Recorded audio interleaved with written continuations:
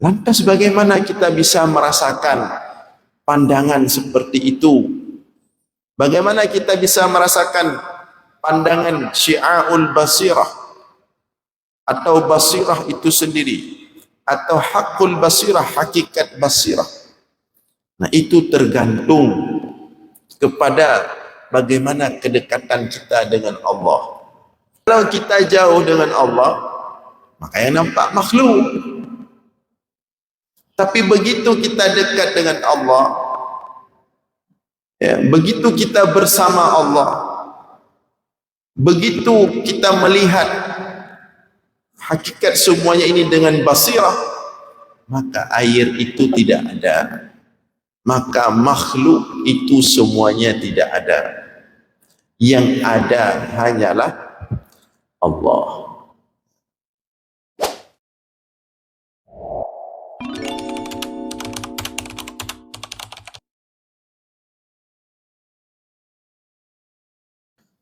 Assalamualaikum warahmatullahi wabarakatuh.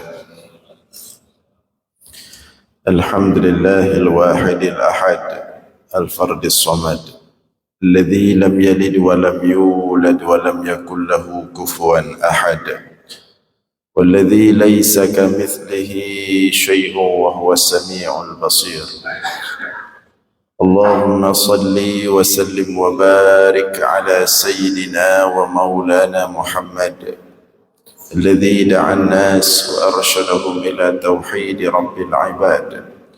اللهم وعلى آله وصحبه أجمعين. أما بعد. Puji beserta syukur senantiasa selalu kita persembahkan kepada Allah Subhanahu wa Ta'ala, Tuhan yang esa pada zatnya, yang esa pada setiap sifat-sifatnya, yang esa pada setiap af'alnya. Tidak ada satupun makhluk yang serupa dengannya dalam bentuk apapun. Selawat beriringkan salam juga kita sampaikan kepada baginda Rasulullah sallallahu alaihi wasallam, kepada seluruh keluarga dan sahabat-sahabatnya sekalian. Hadirin jamaah sekalian beserta para pendengar dimanapun berada yang dimuliakan Allah, kembali kita dalam ulasan-ulasan singkat tentang ilmu tauhid, masih dalam rangkaian pembahasan hikmah Ibnu Athaillah As-Sakandari dalam kitabnya Al-Hikam. Dan untuk subuh ini kita masih membahas hikmah sebelumnya, lanjutan hikmah sebelumnya. Ada potongan terakhir dari hikmah sebelumnya yang berbunyi, qala al-musannif rahimahullah, kana Allah wa la syai'a ma'ahu wa huwa al-ana ala ma alayhi kana. Kana Allah wa la syai'a ma'ahu wa huwa al-ana ala ma alayhi kana. Kana Allah wa la syai'a ma'ahu. Telah ada Allah dan tidak ada apapun, sesuatu apapun bersamanya. Telah ada Allah dan tidak ada sesuatu apapun bersamanya.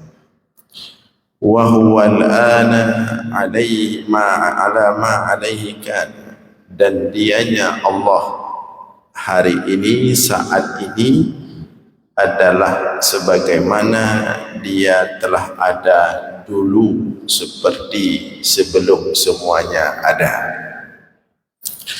Jadi di sini ada dua potong kalimat yang kedua-duanya menjelaskan tentang makna qadim dan baqa bagi Allah.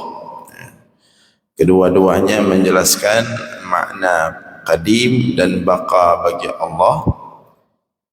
Potongan kalimat pertama tentang qadim, kalimat kedua tentang baqa.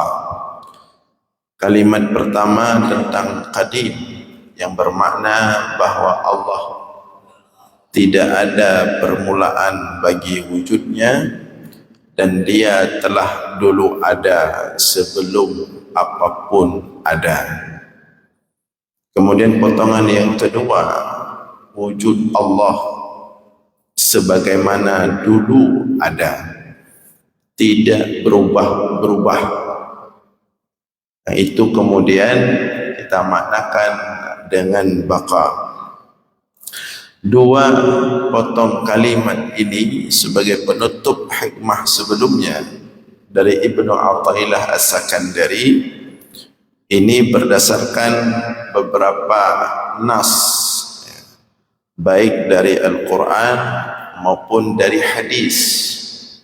Bahkan kalimat pertama tadi, kanallahu wa la syai'a ma'ahu, Allah telah ada dan tidak ada sesuatu apapun bersamanya. Ini sangat jelas dan terang sekali disebutkan dalam beberapa hadis. Misalnya dalam hadis, suatu hadis Rasulullah bersabda, kana Allah wa lam yakun syai'un ghairuh. Kana Allah wa lam yakun syai'un ghairuh. Hadis dalam Sahih Bukhari. Telah ada Allah, ya, telah ada Allah, wa lam yakun syai'un ghairuh, dan tidak adalah sesuatu apapun selain Allah. Jadi Allah itu telah ada sebelum segala sesuatu ada. Allah telah ada di mana ketika itu tidak ada sesuatu apapun selain Allah ada. Ya. Kemudian dalam riwayat yang lain juga masih dalam Sahih Bukhari, Rasulullah juga pernah mengatakan, kana Allahu tabaraka wa ta'ala qabla kulli syai'in. Adalah Allah tabaraka wa ta'ala itu sebelum segala sesuatu. Ini lebih spesifik lagi tentang qadim Allah. Telah ada Allah sebelum segala sesuatu. Artinya segala sesuatu itu kemudian adanya. Ada awal dan ada akhir. Sedangkan Allah telah ada sebelum segala sesuatu ada. Nah, ini potongan pertama. Kemudian juga dalam hadis yang lain, masih dalam Sahih Bukhari, Rasulullah mengatakan, kana Allah wa lam yakun syai'un qablahu. Lebih spesifik lagi, telah ada Allah dan tidak adalah sesuatu apapun sebelumnya. Artinya tidak ada yang mendahului Allah. Dia telah ada sebelum segala sesuatu ada. Nah, ini ada dua potongan ini, baik potongan pertama, kalimat pertama maupun kalimat kedua, inilah yang menjadi pegangan sufi, pegangan salik ilallah. Mereka meyakini, beriktikad, dan kita juga harus sampai ke situ, bahwa yang ada itu hanya Allah, tidak ada selain Allah. Di gabungan yang pertama, kalimat pertama, Allah telah ada, tidak ada sesuatu apapun bersamanya. Allah telah ada sebelum ada yang lain selainnya. Allah telah ada dan tidak ada sesuatu apapun bersamanya. Maka kemudian as-salik ilallah atau sufi, ya, berpegang pada bahwa yang ada hanyalah Allah. Kemudian dilengkapi oleh potongan yang kedua. Apa potongan yang kedua? wa huwal an ala ma alaihi kana, dan dianya Allah saat ini wujudnya itu seperti wujudnya itu sebagaimana dulu ada. Apa makna sebagaimana dulu ada? Di mana ketika tidak ada satupun selainnya, tidak ada makhluk.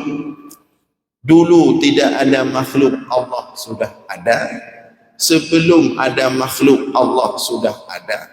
Maka demikian juga hari ini, ya, Allah ada tanpa ada apapun selain Allah. Maka orang sufi, orang hakikat melihat Allah itu tanpa ada sesuatu apapun bersama Allah. Bagi mereka tidak ada selain Allah. Yang ada hanya Allah. Sebagaimana dulu Allah ada tanpa ada apapun, demikian juga sekarang Allah ada tanpa ada apapun. Lantas bagaimana dengan makhluk ini? Ya, bagaimana dengan makhluk ini? Sesuai dengan firman Allah, Allahu khaliqu kulli syai'. Allah pencipta segala sesuatu. Mereka mengakui secara zahir makhluk itu ada, tetapi secara hakikat tidak ada. Yang ada hanya Allah. Maka seperti kita sampaikan sebelumnya, mereka ini melihat makhluk fata morgana, seperti kita melihat kita berada di atas, di jalan aspal, di bawah terik matahari. Kita melihat jalan aspal 500 meter ke depan di bawah terik matahari itu nampak seperti ada air. Tapi menantruk kanan kita jalan, ternyata air itu tidak ada. Ternyata kalau dari jauh, nampak dari jauh ada air di jalan aspal sekitar 300 meter ke depan, karena pantulan matahari tadi. Seperti ada air di sana, di atas jalan aspal. Tapi begitu kita sampai ke sana, air itu tidak ada. Jadi nampak secara zahir dari jauh ada, tetapi begitu kita dekat, begitu kita dekat dengan Allah, begitu kita nampak kebesaran Allah, begitu kita merasakan kehadiran Allah, begitu kita bersama Allah, ternyata tidak ada yang lain selain Allah. Nah, ini yang kemarin dibahas oleh Ibnu Athaillah As-Sakandari. Ada syi'a'ul basirah, ada ainul basirah, ada haqqul basirah. Syi'a'ul basirah, orang melihat Allah dengan percikan basirah. Ya. Ketika orang melihat Allah dengan percikan basirah, makhluk itu masih nampak. Bersama Allah ada makhluk nampak. Ketika orang melihat Allah dengan basirah itu sendiri, maka Allah, makhluk tidak nampak, hanya ada Allah. Tapi dia merasakan bahwa bahwa bersama Allah itu ada makhluk, walaupun tidak nampak. Jadi masih dia merasakan makhluk ini dari tidak ada, kemudian diadakan, kemudian tidak ada. Itu kalau pandangan basirah. Tapi kemudian kalau pandangan hakul basirah atau hakikat basirah, itu memang tidak nampak sedikit pun makhluk. Tidak ada makhluk. sama sekali. Seperti kita contohkan kemarin Abu Ibrahim Waila, contohnya almarhum Abu Ibrahim Waila, seorang wali Allah yang ada di tanah Aceh dulu. Di suatu ketika beliau duduk-duduk di pasar, ya. Kemudian ada yang menanyakan kepada beliau, apa yang engkau lihat? Punakalan Abu, apa yang engkau lihat? Punakalan sedang duduk-duduk di pasar, orang ramai sekali. Beliau mengatakan, tidak nampak apapun. Hana deh sapu. Tidak nampak apapun. Hana sapunya. Nah, ini kenapa dia bisa menjawab seperti itu? Apakah dia tidak punya mata? Ya. Kita sudah sampaikan sebelumnya bahwa mata itu ada dua. Ada mata zahir, ada basirah, mata hati. Beliau menjawab itu karena beliau menggunakan pandangan basirah, mata hati. Cuman kita tidak tahu apakah jawaban beliau itu mengindikasikan beliau sudah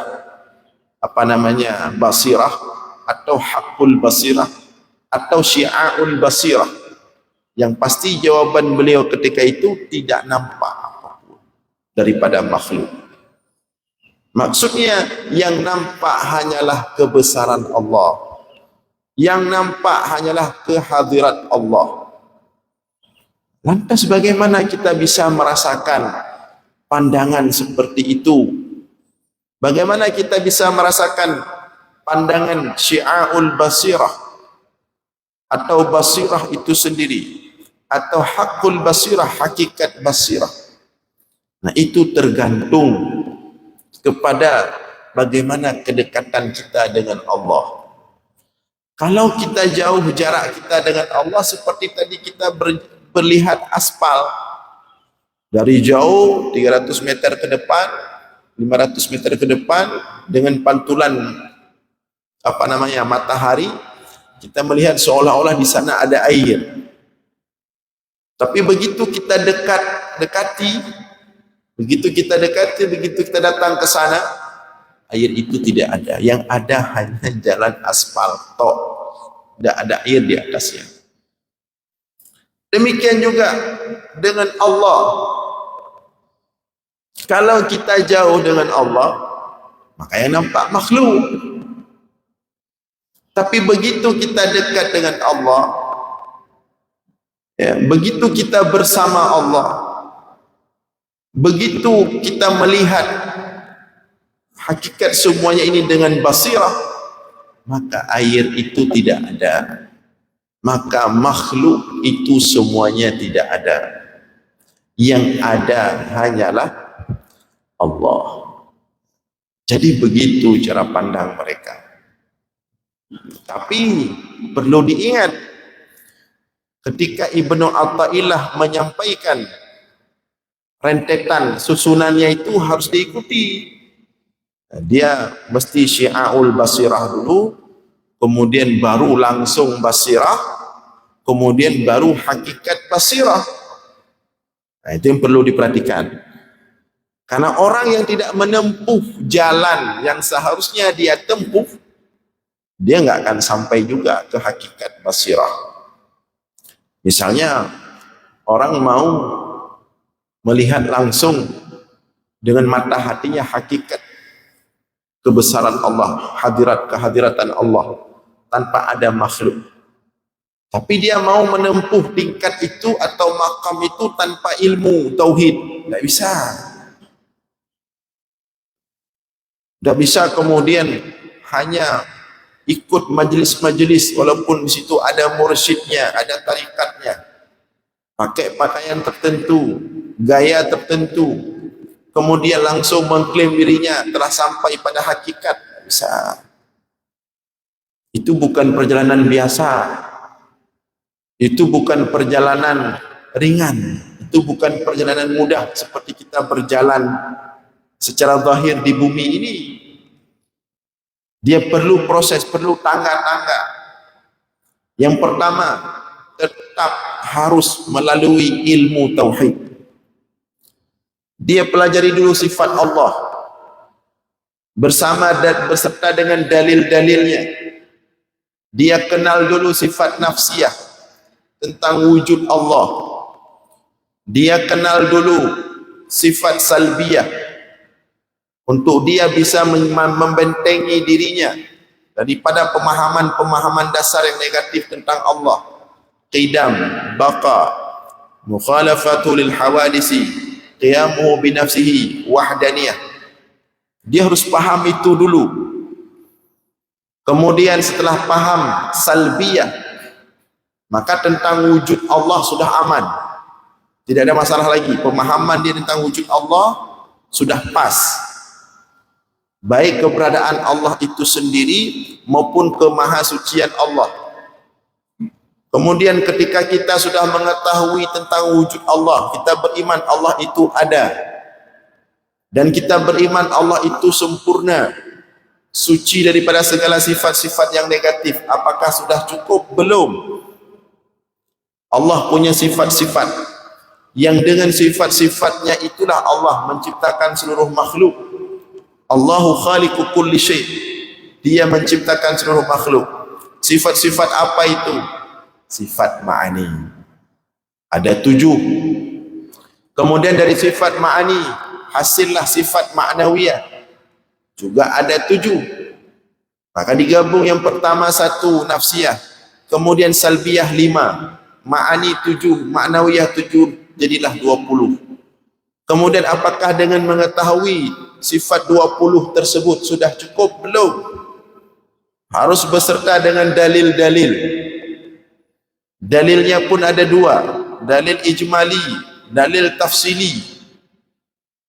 Setelah mengetahui semua sifat Allah yang 20 itu perwakilan daripada seluruh sifat Allah beserta dengan dalil-dalilnya, ijmali, tafsili, dia sudah aman secara konsep tauhid walaupun masih pada makna harfiah, dan dia sudah aman daripada segala pemahaman-pemahaman yang menyerang tauhid.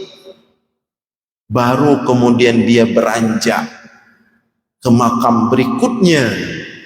Apa makna-makna yang tersembunyi di balik sifat-sifat Allah tersebut? Baru dari syi'aul basirah tadi, dengan dia mempelajari sifat 20 tadi beserta dengan dalil-dalilnya, maka dia sama dengan mulai mengaktifkan basirahnya. Namanya syi'aul basirah. Percikannya itu sudah mulai terasa, tapi apakah sudah aktif maksimal? Belum. Baru makam berikutnya, mulai dia melihat makna-makna yang tersembunyi di balik setiap sifat-sifat Allah tersebut beserta dengan ta'aluknya. Karena setiap sifat-sifat ma'ani itu ada ta'aluk-ta'aluknya. Dia temukan makna-makna mendalam dari balik setiap sifat-sifat tersebut, maka kemudian aktiflah basirah dia. Setelah dia aktif, cuma di situ, setelah dia di samping dia mencoba mendalami makna-makna yang tersembunyi dan tersirat di balik setiap sifat-sifat Allah, dia membekali diri dengan kesalihan, dengan kewaraan, dengan kezuhudan, sampai dia memastikan diri agar tubuhnya itu tidak bersentuhan dengan harta haram. Karena masalah yang paling mematikan basirah itu harta haram. Ya, kalau orang ada harta haram dalam tubuhnya enggak hidup basirah. Maka yang paling utama sebenarnya harta haram, tubuh dibersihkan dulu daripada sesuatu yang haram.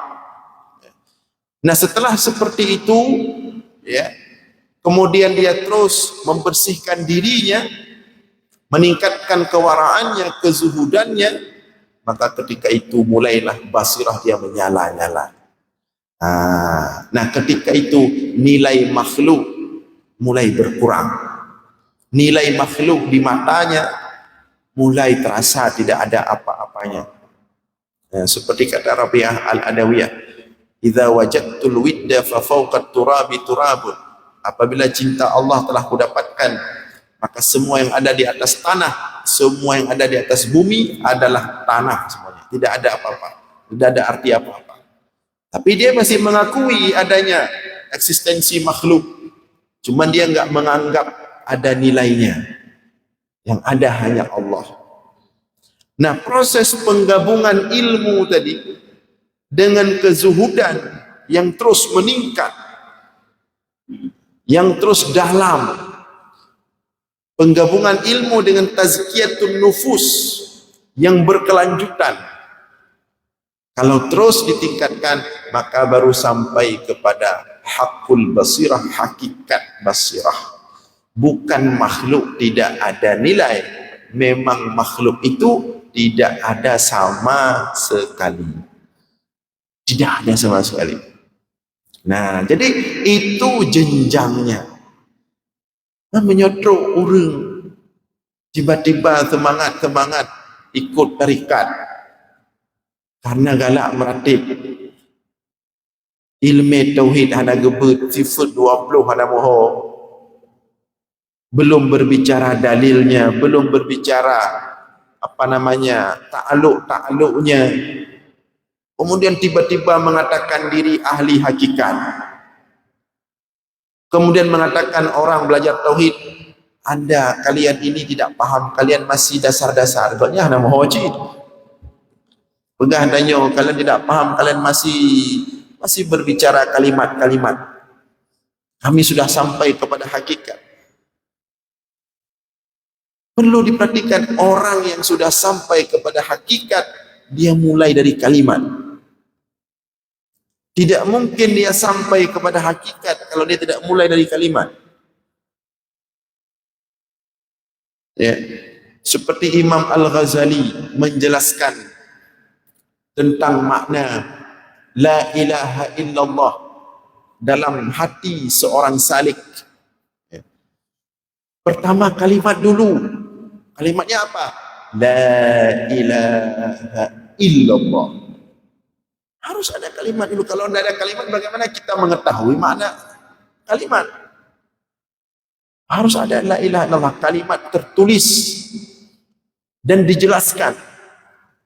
Tapi ketika kemudian kalimat itu dihayati, didalami, maka dia makin makin syarat maknanya. Maka dari la ilaha illallah menjadi lebih singkat. Dari la ilaha illallah menjadi huwa. La ilaha illallah menjadi la ilaha illa hu. Tinggal huwa. Dia siapa? Dia Allah. Tapi dia Allah masih dianggap yang ketiga. Kita makhluk, dia Allah. Kemudian terus pendalaman lagi. Dari huwa dia menjadi anta, engkau wahai Allah. Tersisa kita dan Allah. Maka dia menghayati anta, engkau wahai Allah, engkau wahai Allah, engkau wahai Allah. Tinggal dia dengan Allah, tinggal Allah dengan dia. Semakin dia menghayati, tidak ada lagi kata-kata. Yang ada hanya penghayatan bahwa tidak ada segala sesuatu apapun kecuali hanya Allah. Jadi kalau dia berzikir, kalau dia apapun, tidak lagi keluar kata-kata. Saking dalamnya zauq rasa. Tetapi untuk sampai ke situ harus dari kalimat dulu. Harus dari meratib la ilaha illallah, la ilaha illallah, la ilaha illallah. Kemudian baru beranjak ke huwa atau disingkat hu. Kemudian baru anta. Kemudian baru penghayatan. Dan itu ada makam-makamnya, ada penjelasannya. Penyodok tidak orang tiba-tiba. kemudian mencoba mengatakan sudah sampai hakikat, berzikir duduk, tidak ada ngomong apa-apa. Kita tanya, pekan meratib anak-anak musuh, kamu karantip hakikat. Tapi ketika kita tanya, coba Anda sebutkan tentang Allah, coba Anda jelaskan tentang Allah, tidak bisa. Saking cintanya kami kepada Allah, tidak ada kata-kata yang mampu mengungkapkan tentang Allah. Dan yang tertarik boleh keluar masjid tadi. Jadi dia harus ada tingkatan, harus ada jenjangnya. Makanya terjadi persoalan hari ini kadang-kadang dalam hal tauhid tasawuf adalah bukan yang ahlinya, tapi ketika datang orang-orang yang tidak ada dasar yang kuat, yang hanya karena penasaran, yang hanya karena hobi atau suka-suka, langsung kemudian mencoba menempati makam yang bukan tempatnya. Dia ada level-levelnya, ada tingkatan-tingkatannya. Nah, hadirin sekalian yang dimuliakan oleh Allah, inilah kira-kira makna daripada sisa potongan hikmah Ibnu Athaillah sebelumnya. InsyaAllah kita lanjutkan subuh Jumat depan. Mudah-mudahan ada manfaat. Mohon maaf atas segala kekurangan. Aqulu qawli hadha wa astaghfirullah li wa lakum. Wassalamualaikum warahmatullahi wabarakatuh.